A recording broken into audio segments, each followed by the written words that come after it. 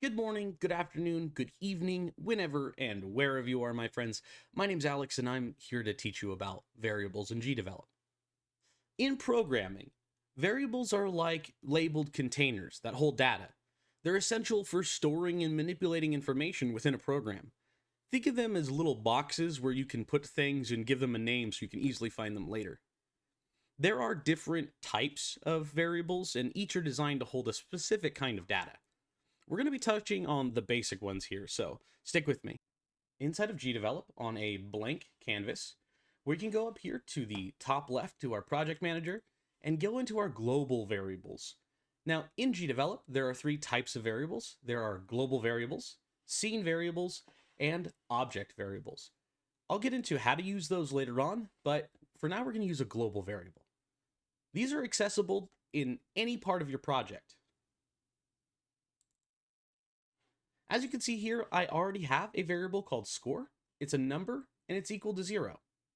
I'm going to delete that for now, and I'm going to show you how to add these. As there are different types of variables, and as each of them are designed to hold a specific kind of information, I want to show you what they are and how to use them in GDevelop. All right, so what we're going to do is we're going to add our new variable. It's going to be labeled variable at the beginning, but we want to change it to string. You might also know this as text, and that's how it's referred to in GDevelop, but in other programming and across the board, it's just called a string. These variables store sequences of characters, like words, sentences, or even paragraphs.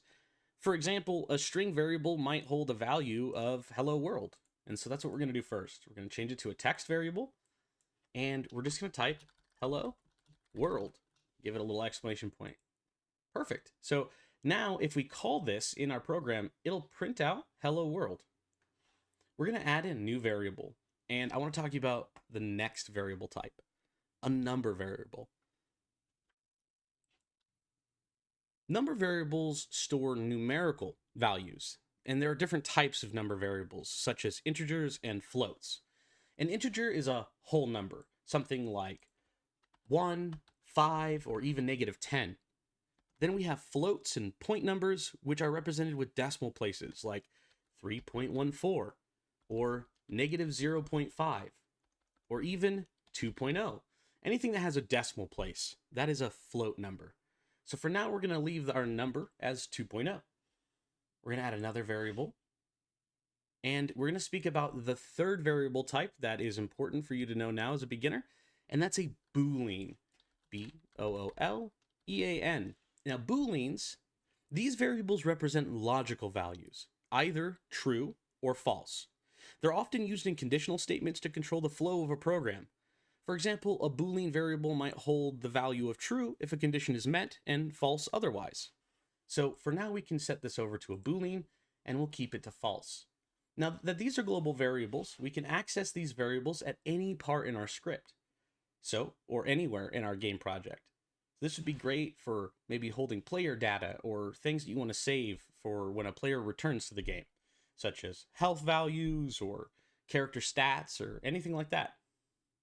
We're going to hit apply and save those to our game. Now that we can access the global variables, we're going to go into our event sheet. And I have a few things in here that you won't have if you're starting on a new project, but that's okay. It'll look blank to you, something like this. I'm going to go ahead and undo those so that I keep my project here. Oops. And if you want to add these little tabs for organization purposes, you can right-click on this and add a event group. It'll give you a little blank thing. But I don't want to overly complicate this, so we're going to stick to the basics here.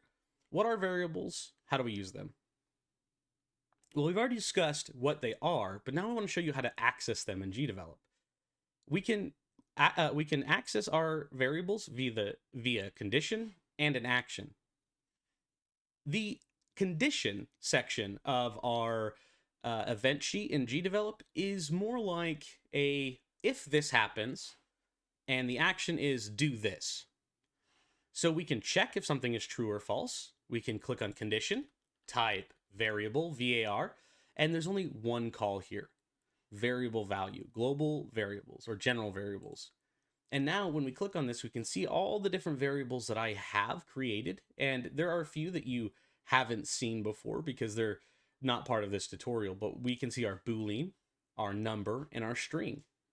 So here I can say if our Boolean variable is false, which it currently is that's what we've set it to. If it's false, we want to do something. Well, we want to, let's say we want to show our hello world text. We have to go back to our game scene and we have to create a new object. We need to create a text object for this. And we can just say text. We don't need to change anything here. We're just going to hit apply and we're going to drag that text into our game. Perfect. There it is in the middle. Now that we have a text object on our game scene, we can go back to our scene, go into where it says the variable. If the variable of Boolean is false, then we want to target the object of text, target the text section. This is where the words go in. And we could pass through a value here. Now, if we click here, we're going to see that it puts it in quotes. Well, that would be true if we wanted to pass through the words, hello world. And this would print it like we had written in the global variable. Now, those words will show up, but what we want to do is call that variable. All we have to do is call that string variable. We can see that it's a global variable represented by the planet. It's an AA, which shows you that it's a string. And then we also labeled it string for convenience.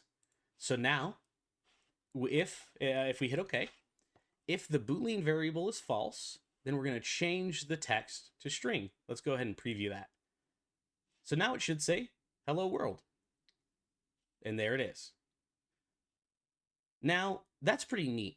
But what happens if we want to change a variable over time? Or what if we want it to say different things at different points? Well, here's something else we can do. We come up here and we copy and paste this. We can now set this to true. If the Boolean is true, then we want to change the text to our, and we're going to do number.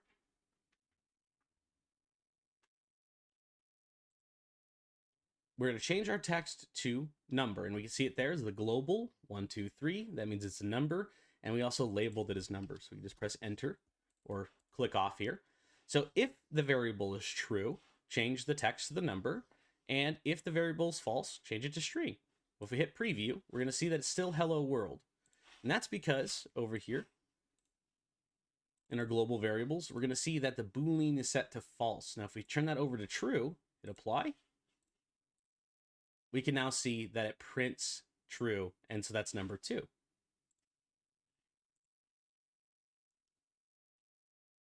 Now, let's say maybe we want to toggle a Boolean to turn it to false so that it prints right. So we're going to delete this number.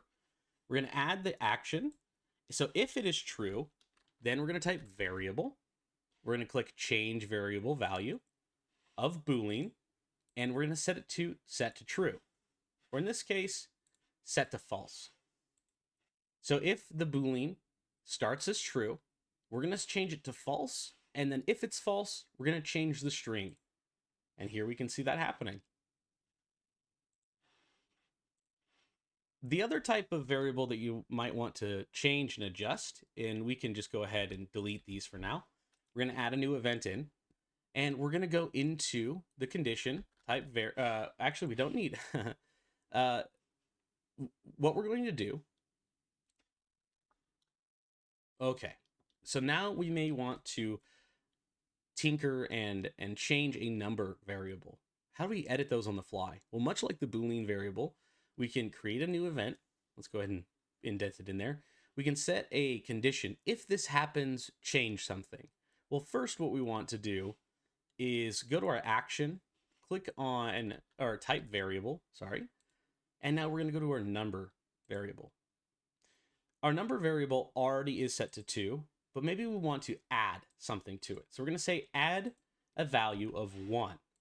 Well, now it's going to constantly do that because there's no condition in here. So if we preview this, we're going to see that nothing happens because I forgot to report the number change. So what we're going to do is add another action, go to text, click on text, And we're going to change this back to number. We want it to show the number. And we want it to always show the number. We can put that on top if we want. And so now, with no condition, we're going to see the number, and it's just going to constantly count.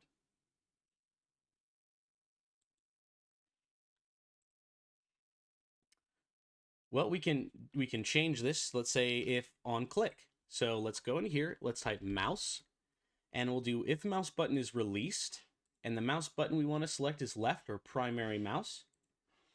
So now if the mouse button is released, we're going to change the text to number, and then we're going to add 1. And just so that we have a little bit of extra going on in here, I want to change the text at the very beginning of the scene, and we're going to go back and we're going to set it to our string. So it's going to say hello world until we press the button. So let's press preview. Hello world, click, and as you can see, we have a little bit of a problem here where I'm clicking and it's changing, but the text isn't working. Why is that? I actually did that on purpose so you guys can see this. Because there's no condition here, this is always running. We need something to happen here that tells it when we should change this to string. And so we want to do this at the beginning of our scene, and we could type that by typing beginning. At the beginning of the game scene. Hit OK. So when we first load in the game scene, change that text to string. When we release the mouse button, let's set it to a number and add a value of 1. So hello world, now 1. So it goes from 2 to 3, 4, 5, 6, 7, anytime we click. And that's how you change values.